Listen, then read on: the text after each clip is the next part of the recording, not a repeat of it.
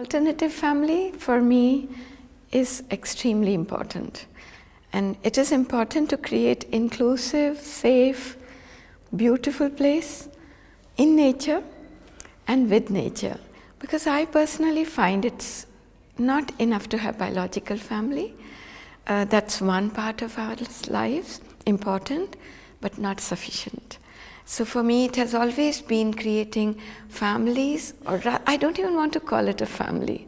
It's like a collective of like-minded people where you can have dialogue together and support each other to be able to give your shoulders to others and also put your head on others' shoulder. So it's give and take and creating what I call complementarity rather than competition. And also this is a kind of community of choice. Now when I say inclusive, I mean that the LGBT community should be able to become part of it, integral part of it, and actually create a dialogue about all people who are discriminated and do not have the right that are basically what we call the human rights and women's rights and rights of gay and lesbian people and all other sexual identities. For me, keeping the doors open is extremely important. I never lock my house. And that's a condition I've kind of set for myself. When I never say, I don't have time. When you come in and you haven't announced, I never say, sorry, I cannot meet you. I just say, do you mind waiting? I'm in a meeting, or I'm busy with something, I just need to complete it and I'll be with you. So just offering that you are available to each other, irrespective of who you are, why you are there, that you have come unannounced, doesn't matter to me. That you have walked in means you belong. Your first step to belonging has begun with that.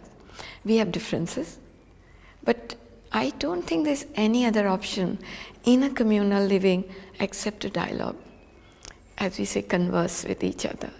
And that for me is an ideal situation. It doesn't exist, but I can dream of it. And I hope many people can dream. I have not been dipping into the politics of younger generation, and I find that so exciting. For me, it's such a hope that people have moved forward. They have really struggled and went through. Yes, there are very painful moments, like this morning. It made me choke.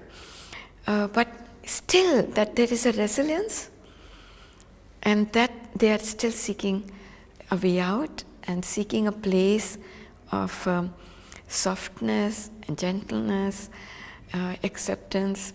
And that's where I see my role as a woman who has been through this movement for a long time, that we don't have to be secretive as much as we were at that time. And I am very uncomfortable with these two terms, inside the closet or out. I think many of us live in twilight zones. Yeah, and that zone for me is mysterious and full of questions, full of curiosity, and I like that space. Even with my relationship, I like the mysterious place, the secret within the relationship and openness. So how to reside these two very contradictory desires is something which is very challenging for me.